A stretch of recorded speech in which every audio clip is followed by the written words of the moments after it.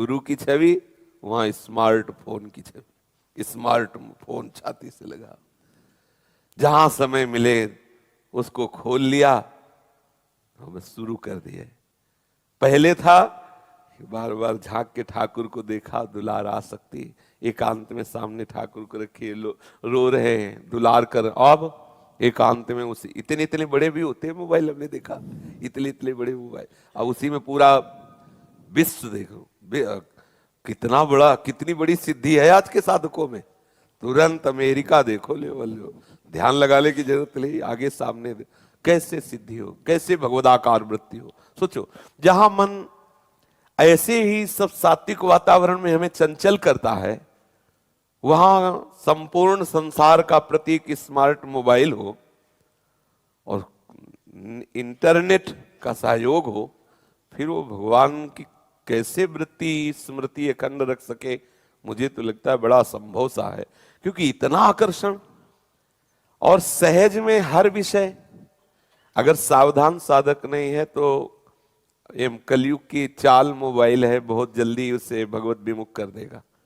जितनी भी असत वासनाएं बढ़ाने वाली वृत्तियां वो सब मिलेंगी। इसलिए साधक मोबाइल से सदप्रयोग करे। कोई भी वस्तु केवल दोष युक्त नहीं होती, उसमें गुण दोष दोनों होते हैं।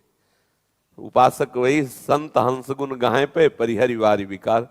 अब जैसे मोबाइल से बाहर रहकर सत्संग भी सुनते हैं लोग, मोबाइल से गुरुजनों की इष्ट की छवि भी रखते हैं, मोबाइल से हम तत्काल किसी संत से बात कर सकते हैं, कहीं सूचना दे सकते हैं, कोई अपना प्रश्न हल कर सकते। बहुत सी ऐसी सुविधाएं, आप किसी समस्या में हैं तो वहां एक आप दूसरे को सूचना दे सकते हैं। तो आप अगर सद्गुण ग्रहण करें तो कोई पतन नहीं है, लेकिन प्रायः इतनी इंद्रियां बलवान हैं कि वो फिर फिसला देते हैं। कई ऐसे चैप्टर हैं इस समय वातावरण में जो हमारे परमार्थ के लिए बहुत हानिकारक है।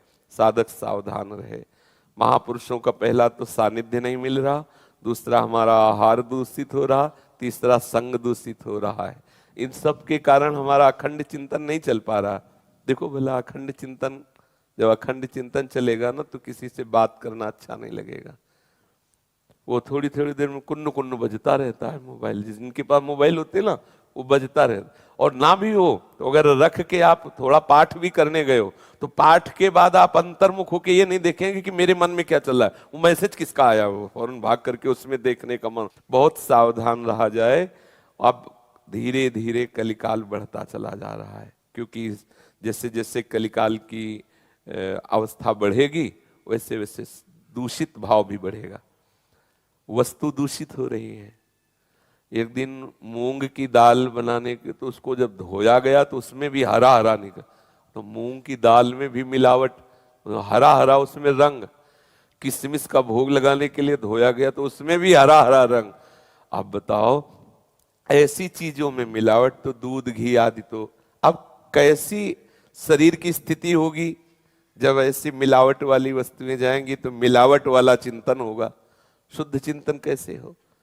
हमारा खान पान, हमारा संग, हमारा वास, ये सब धीरे धीरे दूषित होता जा रहा है। जब हम किसी संत को भजन करते देखते हैं या किसी भक्त को, तो हमारा भी हृदय कहता है भजन करें। और जब हम भोग विलासता की बातें देखेंगे तो हमारा भी मन कहेगा, क्योंकि जो हम देखते हैं, जो सुनते हैं, वही मनन होता है, वही आकांक्षा होती है। अब जो पीढ़ी चल रही है ये भजन कर लो नहीं, अगली जो पीढ़ी आने वाली है उसमें भजन क्या होता है तो सब जानते हो। कैसे कैसे लोग बोलते हैं, शास्त्र सब झूठे, संत जन के लिए जानते हो क्या, सब पाखंडी, लोभी, पैसा कमाने का धंधा। अब आप देखो, जहां से काम बनना है माया ने वहां ये वृत्ति करवा दी। संतों को देखते ही पाखंडी, काम करते नहीं, पैसा कमाने के लिए ऐसा ऐसा। शास्त्रों के लिए बात आ गई कि वो सब झूठे। अब शासन कौन करे जब संत और शास्त्रों पर विश्वास नहीं, तो भगवान की मान्यता ही नहीं, भगवान की मान्यता नहीं, तो अब बचा कौन शासन करने वाला। अब तो मनमानी आचरण करो। बोले ना कोई नरक है, ना कोई स्वर्ग है, ना कोई भगवान है। ये बाबा जी लोग ठगने के लिए ऐसी ऐसी बातें करते हैं कि ऐसा करोगे तो ये नरक मिलेगा, ऐसा करोगे तो इनसे पूछो तुम नरक जाके आए हो क्या, तुम्हें क्या पता। भगवान के भजन में इतनी सामर्थ्य कि बैठे बैठे बता दें कि इस समय नरक में क्या हो रहा हो, स्वर्ग में क्या हो रहा हो, वैकुंठ में। अभी जानते क्या भगवान की शक्ति को? भगवान अनंत सामर्थ्यशाली, भक्तों के अधीन है। ऐसे भक्तों को तुम क्या जानते हो? तो इसलिए मुझे लगता है बहुत सावधान होकर के समय व्यतीत किया जाए और हर समय भजन में रहो। मोबाइल का सिर्फ उतना प्रयोग करो जितनी आवश्यकता है, उसमें जैसे साधक होकर उससे मनोरंजन करो। क्या साधना करोगे भैया? भले 2 घंटे आप माला चलाए और इसके बाद जाके उसमें मनोरंजन। हमें मन को प्रियालाल तक पहुंचाना है। हमारा मनोरंजन का विषय प्रियालाल है। प्रभु को कहा गया भक्त मनोरंजन, जनमन रंजन कहा गया ना। तो मनोरंजन, हमारा मनोरंजन कहाँ होना चाहिए? प्रियालाल से, प्रभु से। और मनोरंजन अगर संसार में होता है, अब अपने अपने को देख लो, हृदय की बात। आपके मनोरंजन का विषय प्रियालाल की लीला, प्रियालाल का नाम, प्रियालाल का धाम, प्रियालाल के प्रेमीजन है, या कोई प्रोग्राम संसारिक, या कोई संसारिक अभिनय करने वाले जन, या कोई संसारिक क्रीड़ाएं। इसलिए साधक, भगवान नाम जपक साधक हाथ जोड़ के प्रार्थना करते हैं, संध्या काल होने के बाद कभी एकांत कमरे आदि में वो मोबाइल वाला व्यवहार न करे। क्या होता है कि जिससे एकांत कमरे आदि में तो कोई शासन करेगा नहीं, कोई देखेगा नहीं। अब जहां हमें भगवदाकार वृत्ति करनी, तो अगर आप माला लेके बैठोगे भी ना, तो वो मन चंचल होगा। वो आपके पास है प्रोग्राम, अब वो आपको कहां पहुंचा देगा, पक्का समझो, पक्का। हम लोग अपने आप को स्वयं नष्ट करें, फिर कह दें कि गुरु कृपा, इष्ट कृपा, सब तो देखो ये केवल प्रमाद वाली बातें हैं। आप स्वयं प्रयासशील होइए, फिर आप देखिए गुरु कृपा क्या रंग लाती है, इष्ट कृपा क्या। अब पीछे पीछे आप जहर खाओ, फिर आप कहो कि भाई गुरु कृपा हो तो बच जाए। जानबूझ जे नर संग्रह करे, तो कहा उमाते काहे न मरही।